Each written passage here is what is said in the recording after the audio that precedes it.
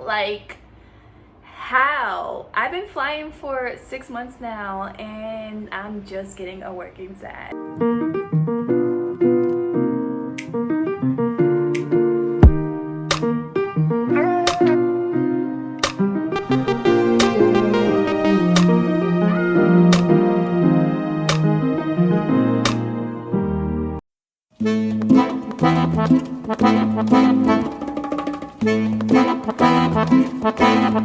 Hey guys, it's me and I'm back with another video. I just wanted to come on here today and do a short video and let you guys know that your girl got a working set.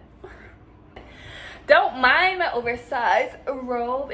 My boyfriend is so comfortable. I like to put it on when he goes to work because I just need my own little zone when I'm home. So I guess I'm gonna start this video by just telling you guys exactly what happened. And in my defense, I live in LA, so I honestly feel like it wasn't my fault, but just the way my airline does things and the way you can excuse things, it kind of looks like it's my fault, which makes me upset. But let's get to the story. So the other day I had a 3-day trip and I had to be at the airport at 8 a.m. I know, I don't know why, but I'm on early call. So what early call is it's two different ones. In certain domiciles you can be on early AM call from 3 a.m. to 3 p.m. or they have 5 a.m. to 5 p.m. and I believe in some domiciles there's actually a 4 a.m. to 4 p.m. Don't quote me on it, but yeah, so I'm on AM call and I am a 3 a.m. to 3 p.m. reservist. The night before I had my call on, and the night before I seen that I had got assigned a trip and that I had to be at the airport at 8 a.m. So I had more than enough time in the morning to get up, make sure that I had my bags packed. I actually packed my bags and my lunchbox at night prior to, just to give me a little bit more time to just get up in the morning, grab my tea, and just start my day.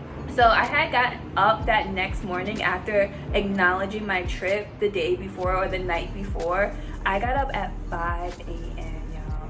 5 a.m. My report time was 8:05 a.m. Let's just keep that in mind. Got up at 5 a.m. Luggage is packed, lunch is packed. I just had to shower. I had a little swoop ponytail going, didn't take any time. I was out of my house by 5:55 a.m. in the car at 5:55 a.m.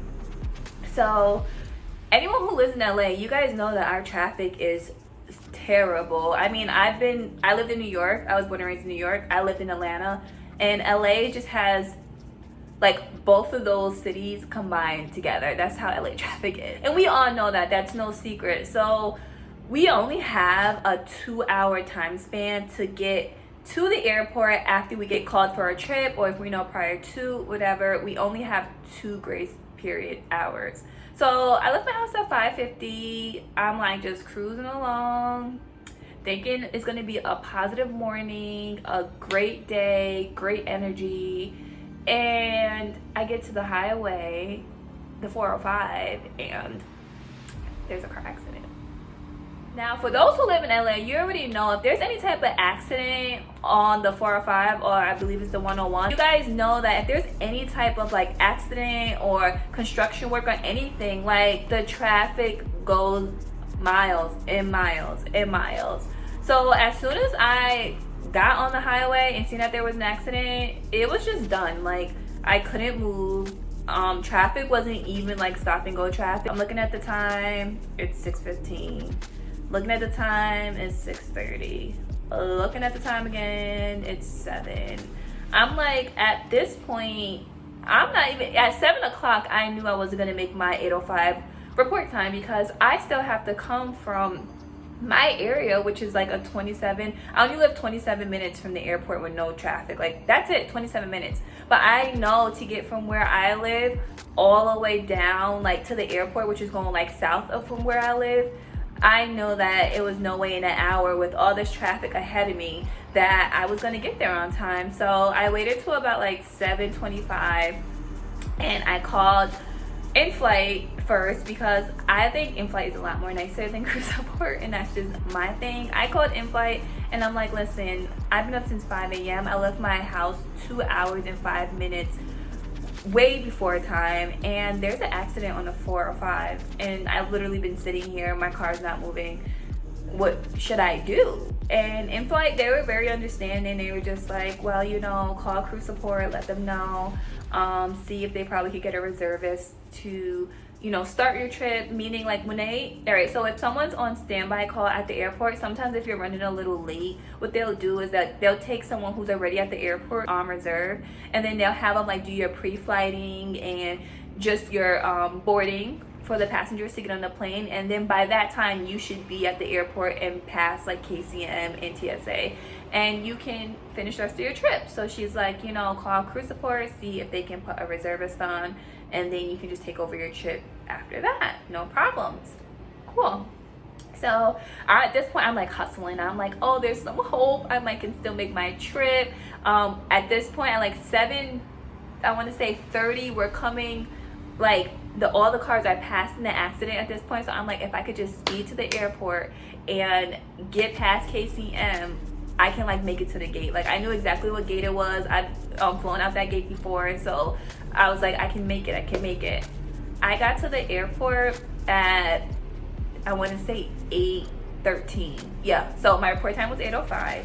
Got to the airport at 8:13. In my mind, I'm thinking, oh, that's good enough time, like with boarding and pre-flighting. I believe the flight didn't even leave till almost like 9:05 or 9 o'clock. And I'm like, oh, I still can make it. Wrong. I called crew support and I'm like, hey, I'm at the airport, I'm past KCM. Is there any way that I can, you know, still make my trip? I was told that there was like a strong possibility that I could make my trip. And crew support's like, Salimia, I'm sorry, we're not gonna be able to put you on your trip. We're just gonna have the reservists work your trip, but you can sit reserve until 3 p.m.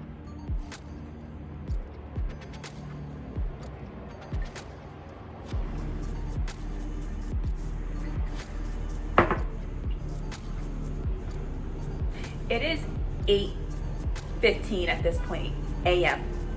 So now I have to sit at the airport doing nothing. And on top of that, I wasn't even mad that I was on reserve, but I already knew that I was going to get a working SAT this way because I couldn't take over my trip. I figured that if there was a possibility that I can take over my trip, that maybe like I wouldn't get the working, I keep saying non-working SAT, I wouldn't gotten the working SAT. It's 2 different types of SATs you can get. It's either a working SAT or a non-working SAT. Don't ask me the like specific details on it. I just know that the working SAT is a lot better than getting a non-working SAT. I guess the working SAT counts just like as a little occurrence. The non-working SAT is like if you just didn't show up for your trip at all, if you didn't pick up from crew support at all, and that could like lead to termination. So I didn't get that. I got a working SAT, but I just wanted to avoid the whole situation. Like, I was so upset. I've been flying for 6 months. I've been getting to the airport on time every morning. I mean, this is about to turn into a venting session, and it's nothing towards like my airline or my company or anything like that. This is more of a summer flying being short of flight attendants, being short of ramp agents, being short of gate agents, just overall the aviation industry being short. And literally I have been exhausted, like tired. Every morning I've been getting called in all my buckets. So I know I'm throwing out a lot of terminology that a lot of people might not know, but when you're on reserve, you get assigned like 4-day and 5-day buckets. And typically on like a good day, if you're in a 5-day bucket, you might get a 3-day trip, you might get a 4-day trip. And then on that 5th day, you know, crew support leaves you alone. Like, you can just relax at home, you're still on call, so there's a possibility. But it's more likely in like good circumstances that you don't get called versus you do. Baby, summer flying, I feel like I get called every day. And then it's not even like I'm getting called for 3 or 4 day trips. I'll be in a 5-day bucket and I'm getting called for 4 locals. Like, that's back and forth to the airport, back and forth to the airport, back and forth to the airport for like turns and I don't know, 2-hour credit trips. Like, that just, it doesn't make any type of, I don't want to say sense, but it's just, in my opinion, if I'm going to get called, I feel like just call me for a 4 or 5 day trip versus me like spending the gas, the time in traffic, the anxiety. Like, you can't control traffic, you know what I'm saying? Like, it doesn't, look at my situation. I left 2 hours and 5 minutes before my report time and I still was late. So it's like that anxiety starts to build up. And that's what my life has been for the last month. It's just been a bunch of anxiety, a bunch of exhaustion, and I actually like ended up in a hospital because of it, because I was so exhausted, so tired. I was dehydrated, and this is just what I think. I went out to eat in Reno with my crew to it was like a healthy, organic type of restaurant, and I ate something that I don't typically eat. And once I got back from that trip, I was just tapped out, sick, vomiting, fatigue. I was just so sick. And I don't think that it was just like the little stomach bug or stomach virus that my doctor told me that I had. I honestly think that I had weakened my immune system from just being so fatigued and tired. Like, I literally worked last month, and may not sound a lot to those who are not in aviation industry, but those who do fly, you guys know I worked 97 hours. 97 hours, and that's a lot. Like, that's a lot of hours. If you see my schedule, it was just like all blue. Like, all you see all the days blue. You might see one day that was like my off days that didn't have anything on it, but guarantee you every on day I had was blue with like trips. And I'm just really trying to learn how to pace myself and how to just balance my time. And it's just like, I understand that you get burned out from when you like leisure travel because you have all the benefits and you want to fly and see family, but I'm not even leisure traveling. This is just work traveling, and I just pray that it gets better moving forward. Some of the senior flight attendants did tell me that once you start flying more, your body gets more acquainted or to the differences in like the air pressure and just always feeling like dry and dehydrated. And then some of them even told me that this is just summer flying, that it's typically not this busy, and that towards the months of like October, November, December, it should be slowing down. So I'm really looking forward to that, because the way this like pace is going, I'm like, I don't know if your girl can keep up. Like, I'm not a spring chicken. And like, everyone laughs at me when I make that comment, but I'm so serious. Like, I'm not old by any means, but like, to just like be up every morning at 3 a.m., 4 a.m., like those are the calls I'm getting. 3 a.m., 4 a.m. calls. Gotta get to the airport, and then doing long days, and then having maintenance issues and being delayed for 4 or 5 hours, and then starting another trip, was a refloat to another trip, and then starting bright and early, and then being delayed because there's, you know, either pilots that timed out like prior to us to where we need their plane, and for me timing out and getting stuck in Boise. Like, it's just been a lot. So I'm just trying to take it one day at a time. Like, I love being a new flight attendant. I love my job. I'm learning the pros and cons of being a flight attendant, and there's definitely for me more pros than cons. But yeah, it hasn't been all like sweet and gravy over here at all.